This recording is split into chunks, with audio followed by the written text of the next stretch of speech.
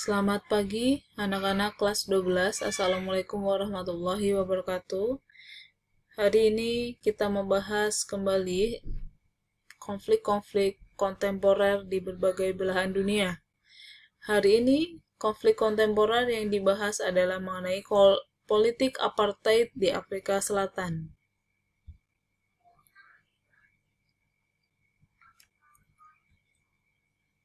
Nah, berikut ada peta Afrika Selatan. Yang ini ya. Latar belakang politik apartheid berawal dari penjajahan bangsa Belanda yang datang ke Afrika Selatan sekitar abad ke-16 dengan pimpinan Jan Anthony van Riebeeck serta 90 anggota lainnya. Ketika terdapat emas dan intan di Afrika, bangsa Inggris dan negara Eropa lainnya pun datang. Tuh, ya. Kemudian Inggris mendominasi Afrika, lalu menetap di Afrika Selatan, memerangi bangsa Belanda yang sudah lebih dulu datang ke sana. Gitu. Bangsa Belanda yang datang di sana, mereka menamakan diri adalah Boer. Sehingga ketika diserang oleh pihak Inggris, namanya Perang Boer. Seperti itu. Perang ini terjadi sekitar 1899 sampai 1902. Perang ini kemudian dimenangkan oleh pihak Inggris. Seperti itu ya. Namun kemudian, bangsa Belanda tetap ada di sana, tapi menjadi bangsa yang tidak mendominasi. Gitu ya. Di Afrika Selatan, bagian utara diduduki oleh bangsa Belanda, bagian selatan oleh pihak Inggris. Bangsa Belanda di sini, bangsa Boer ini adalah masa petani, ya, berkebun, agrikultur, gitu ya. Kemudian setelah terjadi perang Boer, mereka menjadi dua, bangsa oranye Vrystaat dan Transvaal. Sedangkan di bagian selatan, bangsa Inggris, ya, mereka menetap di daerah Natal dan Cape Town. Mereka menyebut daerah mereka adalah daerah Natal dan Cape Town. Selanjutnya, dalam perkembangannya, yang mendominasi Afrika Selatan adalah pihak Inggris seutuhnya. Pembagian wilayah Afrika Selatan, seperti yang tadi saya tuliskan di depan ya. Afrika Selatan bagian utara adalah bangsa Boer, bangsa Belanda, para petani, agrikultur. Sedangkan di bagian selatan ya, daerah Natal dan Cape Town yang didiami oleh bangsa Inggris.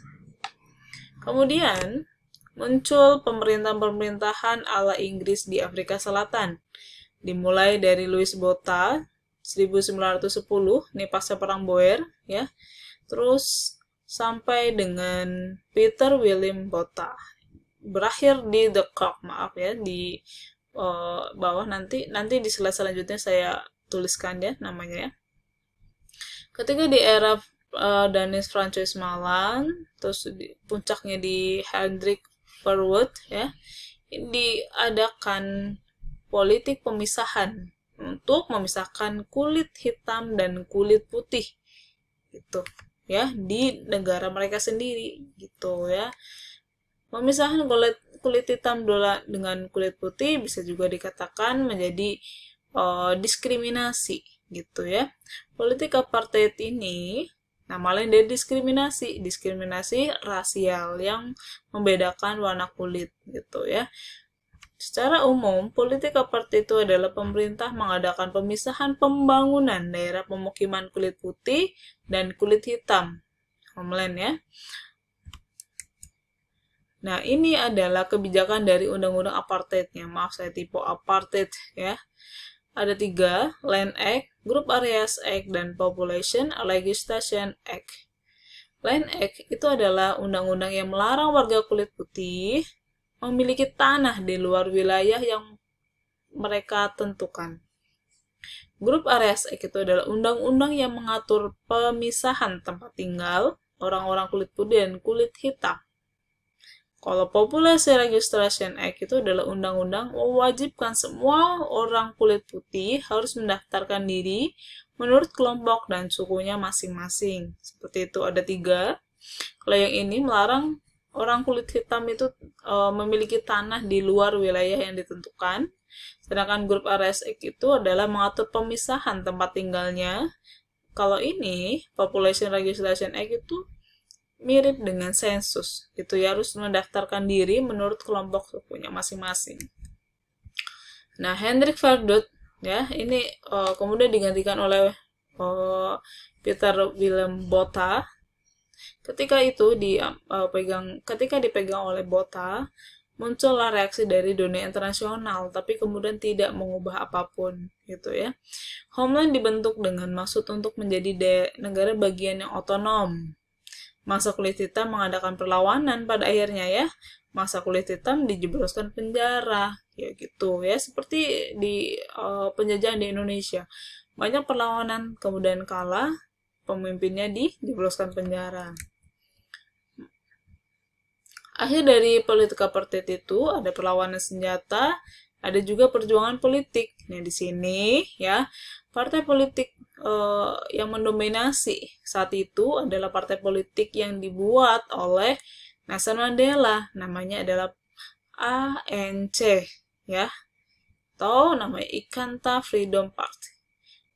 Kurang lebih dari 30 tahun, politik apartheid itu kemudian jadi runtuh. Nah, inilah yang kemenangan Nelson Mandela. Tokoh pejuang politik apartheid ya, Afrika Selatan, dari partai ANC. Jadi, kalau jika dihitung ya, selama 340 tahun sejarah Afrika Selatan, pada bulan Mei 94 itu kemudian berubah besar. Disinilah kemudian benar-benar merdeka itu 94. Gitu ya, memiliki presiden dari rasnya sendiri tuh ya 94. Pemilihan umum kemudian yang pertama itu ya ini ya, ANC partainya Nelson ya, merebut 62% suara dan nilai. Peran Mandela dan teman-temannya adalah ketika di tahun 1944 ya, kita flashback lagi ya, review lagi ya. Nelson Mandela dan teman-temannya itu mendirikan Liga Pemuda Kongres Nasional Rakyat Afrika. Di tahun 61 mengadakan pemogokan selama 3 hari, itu dari tanggal 29, 30, 31, itu di tahun 61 ya. Mandela membentuk Umkhonto Weziwe ya, tombak bangsa. Pengertiannya ini di slide selanjutnya. Nah, ini adalah sayap bersenjata. Jadi Umkhonto Weziwe adalah sayap bersenjata Kongres Nasional Afrika yang didirikan Nelson Mandela dan berperang melawan pemerintah Afrika Selatan. Jadi selain mereka menggunakan partai, organisasi ANC, mereka juga memiliki angkatan bersenjata, orang Afrika sendiri ya. Kemudian melancarkan serangan gerilya pertamanya terhadap instalasi-instalasi pemerintah pada tanggal 16 Desember 1961. Hilangnya kejayaan Mandela itu ketika tahun 62 ya, Nelson Mandela ditangkap di Hawaii. Di Desember 62, dia kemudian dijatuhi hukuman 5 tahun penjara bersama teman-temannya. Sejumlah dokumen rahasia disita. Di 82, divonis hukuman seumur hidup di penjara Pulau Robben Cape Town. Di 82, di tahun yang sama, dipindahkan ke penjara Palmsmore di Cape Town juga.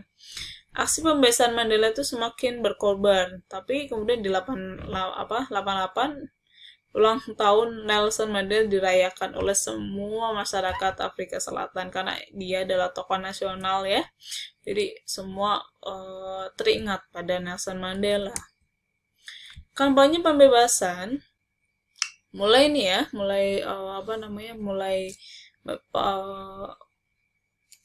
terlihat akan berakhir gitu ya. Di tahun 89 itu kemudian Botha digantikan oleh De Klerk ini ya. Ketika digantikan oleh De Klerk ini kemudian mencabut larangan bagi ANC ya, SAUP dan PAN ya menyusul politik apartheid. Jadi kemudian di tahun 90 Mandela dibebaskan. Di tahun 1994, seperti yang tadi di depan ya, pemilu itu diadakan. ANC memperoleh kemenangan dan mengantarkan Mandela sebagai Presiden Afrika Selatan yang pertama. Nah, butuh waktu tak sebentar bagi Nelson Mandela untuk menegakkan kekuasaan tanpa adanya rasialisme dan menghapuskan kekuasaan apartheid. Di tahun 91, undang-undang tentang apartheid dihapuskan kan, yang tadi ya, dan pada 94 diadakan pemilu. Gitu. Ia dinobatkan sebagai presiden kulit putih, kulit hitam pertama di Afrika dan mendapatkan Nobel Perdamaian yang sekaligus menandai berakhirnya politik apartheid di negara penghasil berlian tersebut. Nah, ini selesainya. Ini Nelson Mandela dan ini adalah de Klerk gitu ya. Saya mau menambahkan terkait Perang Boer. Perang Boer itu antara Belanda dengan Inggris ya. Ketika itu ada seorang veteran Inggris bernama Baden-Powell ya. Baden-Powell ini mengajarkan ketika sudah berakhir Perang Boer dan dia pulang lagi ke Inggris, mengajarkan kepada anak-anak gitu ya, anak-anak sekolah mengenai cara atau taktik bertahan hidup ketika dia hidup di hutan-hutan di Afrika Selatan gitu ya. Cara-cara pengajarannya dia disebut dengan Boy Scout. Boy Scout ini kemudian diadopsi di Indonesia menjadi pramuka. Benar ya? Jadi kalau kamu ingat Baden-Powell, ya itu pasti langsung ingat pramuka karena dia sebutannya adalah Bapak Pramuka, ya kan? Masih ingat ya, kalian juga pramuka juga kan? Jadi pasti ingat pastinya. Jadi pramuka diadaptasi dari Perang Boer antara Belanda dengan Inggris. Seperti itu. Itu hubungannya dengan kita ya. Ini juga berhubungan dengan kita sekali. Walaupun kita 94 sudah merdeka, kita sudah nyaman, alhamdulillah ya, kita ternyata melihat ada kesamaan bahwa antara Afrika dan perjuangan di Indonesia. Kita memperjuangkan diskriminasi ras gitu. Walaupun kita bukan keras kulit hitam, tapi ketika itu sama-sama dijajah oleh ras kulit putih gitu ya. Nah, di sini saya akan memberikan 3 soal. Yang pertama adalah politik rasial di Afrika Selatan itu dikenal dengan nama apa? Gampang ya. Apartheid di Afrika Selatan ditentang oleh berbagai tokoh. Salah satu adalah Nelson Mandela. Dia dari partai apa namanya? Nah, nomor 3 adalah jelaskan latar belakang politik apartheid. Nah, yang saya mau adalah latar belakang dari sejak perang dengan Belanda ya, ketika perang dengan Belanda, terus kemudian siapa yang kemudian mengawali undang-undang apartheid gitu, terus sebutin undang-undang apartheid sampai sampai ada serangan dari seorang tokoh nasional Afrika Selatan, seperti itu ya. Oke, jika ada pertanyaan boleh kalian tanyakan melalui chat saya di WA ya, atau di komen sini, kemungkinan saya bisa lihat. Oke, terima kasih semuanya, selamat pagi, wassalamualaikum warahmatullahi wabarakatuh. Soal dan foto, jawaban dan foto harap kirimkan di grup, jangan PC ya. Terima kasih semuanya, selamat pagi.